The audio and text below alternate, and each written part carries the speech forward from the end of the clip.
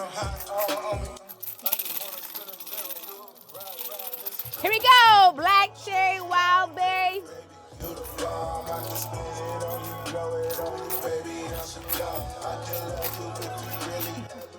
What'd he say? You my black cherry wild berry, baby, you the... Hold up. Black cherry wild berry, baby, you the bomb. Baby, you the bomb. I need to get some vocal lessons. No, I don't. Anyway, welcome back to the podcast. Woo! The Micah Dixon podcast. This is season 2 of what I have been building. A name change for a very important reason, because I am Micah Dixon. This is my podcast. It is just that simple. Now, on top of that, though, this is season 2. We're getting more into real life issues, more great conversations, more upbeat, more digging deeper into who we are. And this episode is special because I'm going to talk about the passing of my mother. And I don't even like how I said the passing of my mother, the transition of my mother. So I took a break because when she passed away September 15th of this year, I felt like I had nothing to pour into you. And so for that, it was like no reason to shoot. I had nothing to give, right? So before we get into her death and everything, I want to give my mother her flowers. I want to tell my mother, talk about her and who she was as a woman. If you knew her, you would know that she was nothing but absolute love. Absolute love. It didn't matter who you were, where you were from, what you smelled like, what you looked like, what you were going through. She treated you with nothing but absolute love, grace, mercy. She was caring. She was kind. She was the ultimate mother. And not just my mom, but for my siblings as well, for neighborhood kids, for kids at church, kids at the school she used to work at. So she was everything. My mother was everything. Even in her last days of her trying to fight and stay here in this world for her family, she had battled breast cancer and won. She even had a quadruple bypass done on her heart for heart disease, and she beat that. Had her arteries pulled out, unclogged, and put back in. She birthed 9 kids with the same man. I didn't do that, but I was trying to, but you know what happened, Lord, forgive me. But birthed 9 kids with the same man. She had battled an addiction to drugs. She overcame that. She was a light in this world. If you have met her, you would know that she was a light. So my mama, man, if you know her, that's why I'm such a good mother. That's why I take motherhood so close to me, to my heart, because I had a very, very good mother. Very, very good. And so me and her even had a relationship to where we, growing up, I was always a favorite child in my household because of my dad. My mother treated all the kids equally. She didn't have a favorite. She loved everybody. That's how she was. We didn't really get too close, like really into my life, so I became an adult and I became a mother myself.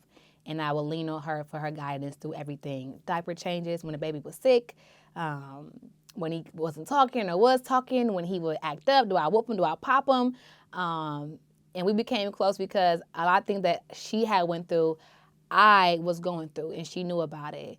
And I don't know how moms be just knowing, but moms be just knowing, like, what's wrong with you? I can see it over you. I know something going on, but moms just know. And so we became close when I started going through my trials and tribulations, hitting my head, being hard-headed, not listening, living a dark life. And, I call her, she going to answer, we going to pray about it. And even in my dark days, I didn't understand really what prayer was, I didn't understand really like what it really meant when somebody prayed for you. Now that I do, it's like, dang, Ma, thank you for praying for me because you prayed, because look at me now, Ma. I know you see your daughter shining. So we became close when I went through all of my dark days. And she would always tell me, like, Micah, just lean on God. Micah, talk to God about it. Ask God, Micah. And I'm like, when I'm talking to you, I want you to tell me, you my mom, what should I do? And how should I? Ask God, Micah. Lean on God, Micah.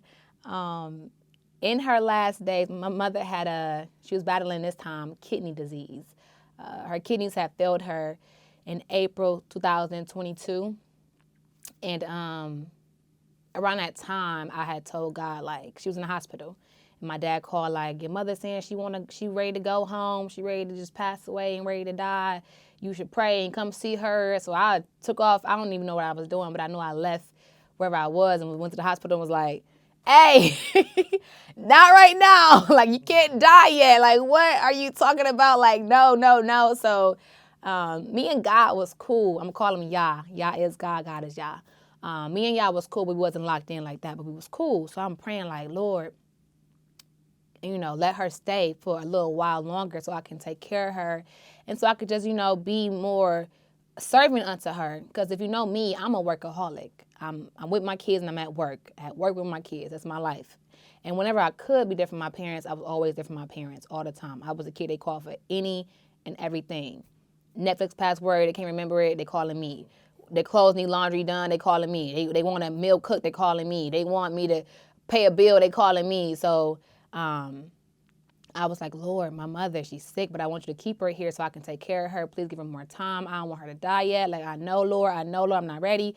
And so he did give her more time. He did just that. So when I say when she needed to go to a doctor appointment or whatever, and she's like, can you call off work? I would. Can I go here? Can you call off work? I would. I need this. Micah, come when you get off work, come to the house and fix this for me. I would. I was there every single time that I could be there. And so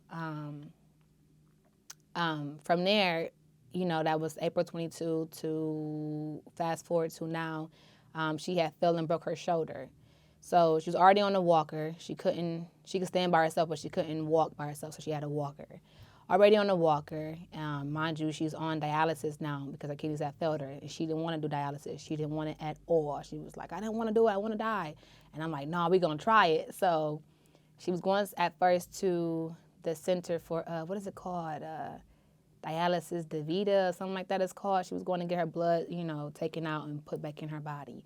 So from there, she was doing good with that. So they wanted to put her on the home treatment for dialysis.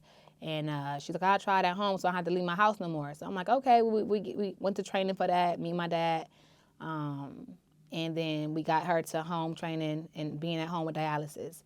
From that point, she ended up, my dad would work, I would work, and I have my children. So she'd be at home by herself. Mind you, she can't really stand the best. And she also has diabetes, high blood pressure, glaucoma. She couldn't see out of one of her eyes. So you couldn't imagine what her body felt like or was going through. So I think it was May when she fell and broke her shoulder. I think around that, after my birthday, it probably was June. Yeah, it was like June. She fell and broke her shoulder. She called me in the morning. I had missed the call. She called again. I'm like, hello. And she said, Micah, I fell. I'm on the ground. And the phone was, I don't even know how she called me because the phone was like away from her. But I'm on the ground. I'm by the bed, between the dresser and bed. I'm stuck. I can't get up. My shoulder hurt. So I go to the kids at school, run to her, and I was like, had to lift her up, and she was in so much pain. Had to pick her up and get her back in the bed, and she just was like, so bad. And she's like, I think it's broken. I'm like, it's not broken. It's probably just bruised. So we put like some Bengay on her for like the heat and the cooling to get the pain to like calm down a bit or whatever. Get her back in the bed, and things are going as usual. Again, she can't walk this time because she can't get her walker because her shoulder was broken. So she can't walk no more. But my dad would come when he could from work and make sure she was good. Still on dialysis. Now, fast forward, I'm at her house cleaning up for her. And Micah, my 3-year-old son, had pressed the home calling button. That's for the old people. No shade to anybody that's older. But it's the button for like not emergency to call. He pressed it. I thought I had ended up canceling the phone call, but the ambulance came anyway. This is probably like a week after she broke her shoulder. And I'm like, let's go to the hospital because you never know what's really going on with your shoulder. Let's go check it out anyway. She goes to the hospital, find out it is broken, but they can't do surgery to fix it because it's not that bad of a fracture, but it was fractured. And so from that point, they was like, well, who's at home with you? Verna, who can help you while you're at home since you can't walk, whatever. No one could because I worked, my daddy worked, and she had to go to a nursing home, a rehab center, which where she was at. So she goes to the rehab center on dialysis still. She's still doing her own thing. She's still cool. She's still her. It was sometimes she started gaining weight, losing weight. She'll gain weight and then she'll lose it. She'll gain, she'll lose it. And we would always go see her, me and the kids. And I'd be like, y'all, pray with grandma because you just never know what's going to happen. Like, you just never know what's going to happen. So we go see her because at the time, if you know, in April of this past year, I have my sister kids too. So now it's me with 5 children I'm trying to raise. My mother's in a nursing home. My dad's working. It's like, what is going on with life? And so now it's like, you just keep going forward. You don't really see what's all happening as far as the chessboard around you. You should, though, right? But sometimes you just don't see it. And so we would go see grandma. I'd be like, y'all pray with her, give her hugs, kisses. I would go and do her hair, massage her scalp. I would cook food and take it to her, take her flowers if I could. But I always want to spend time with her. We would always go and pray. We would pray. We'll pray. And I had felt in my spirit like, yo, she may be ready to go, but I don't want her to leave just yet. But if she does, I will be okay with it because seeing her in that condition from where she once was to now, like she had broke her shoulder, couldn't use the walker, and now she was in a wheelchair. So now she couldn't even stand up no more. So her body was going through all these changes. She had injured her foot somehow, and the foot cut that she had on her foot, it wouldn't heal up for nothing. It was like deteriorating. I was like, hey, I would, help her to the bathroom, and she couldn't stand, so I had to lift her. Mind you, we like the same size. She probably was like 170, and I had to lift her up to put her on the toilet, lift her to get her in the bed, hook up her machine for her. And I was like, Lord, if she your daughter, why she got to suffer in this body? Be for real, you almighty God, you almighty Yahweh, you Alpha Omega, beginning and why she got to suffer. So in my heart, I was just like, if she wanted to go home, I would allow her. Not that I could keep her here, but it's like, okay, Lord, I'm going to spend time with her, pray with her. And if and when she's ready to go, I'm going to let her go. So I didn't think she would just die. I didn't think about that. Was it unexpected? Yes, it was unexpected. Nobody could prepare for it. I do remember the last phone call, the same day she passed away, she had called me.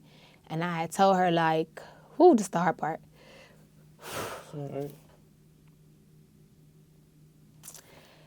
So my dad had been calling me all day. Micah, your mom needed to get this kind of grease for her hair. Go get her grease for her hair. So I'm like, all right, bet.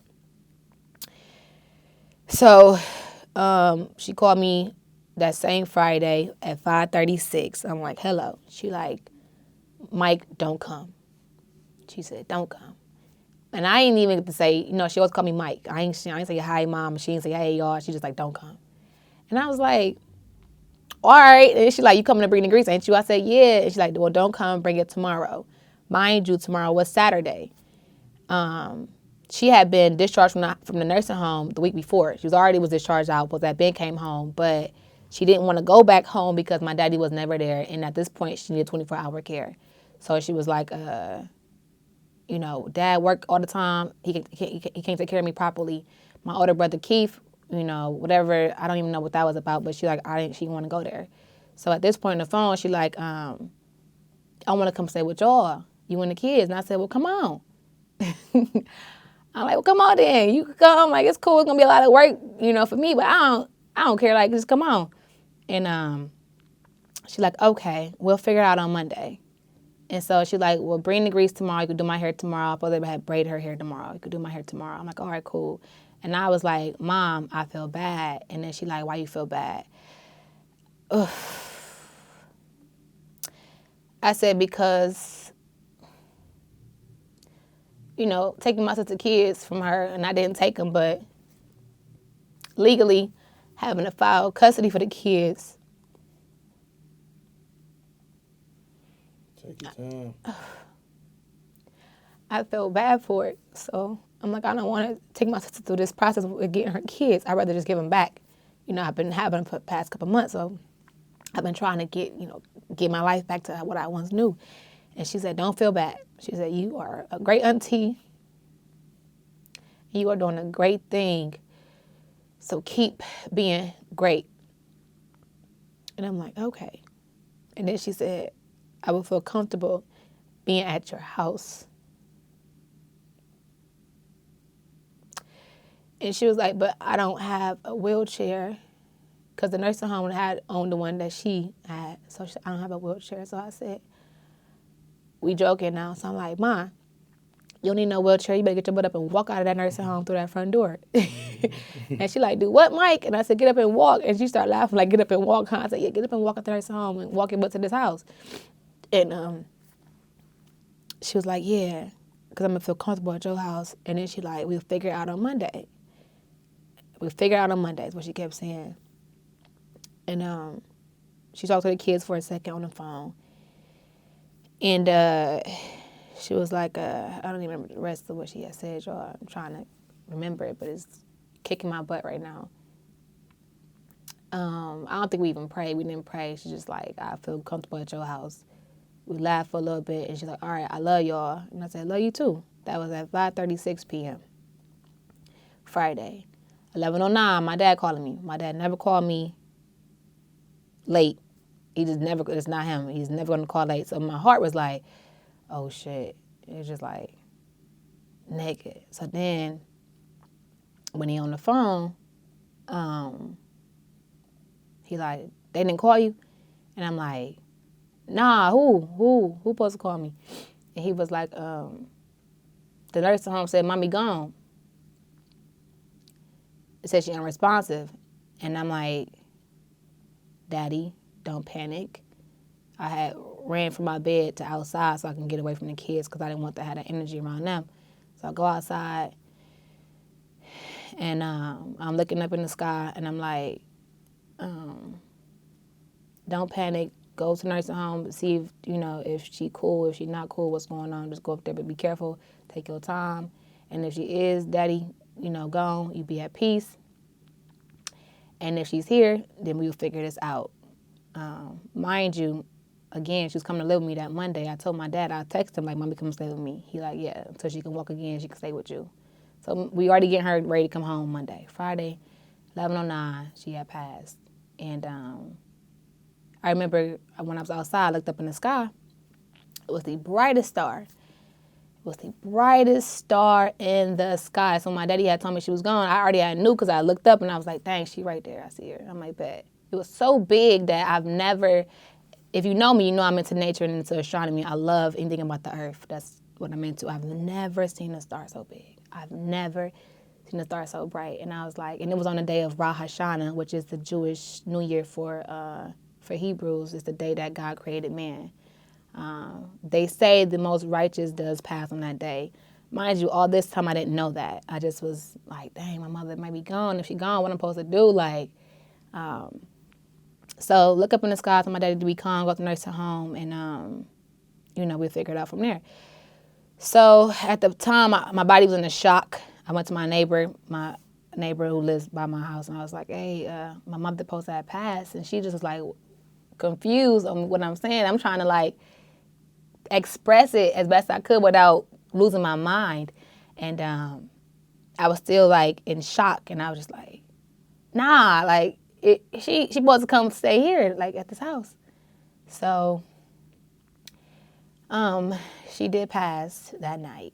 I ended up telling my son about it, my oldest, Elijah, and I had brought him outside and my neighbor to see that star because it was just that big that I knew people wouldn't believe me if I had just said it like it was a big star. No, it was huge. I've never seen, I don't know if it was Venus, Saturn, or Jupiter, but that thing was like, and I had my phone to zoom in on it, but I got scared because I started seeing the shape and I was like, whoa, I was cool.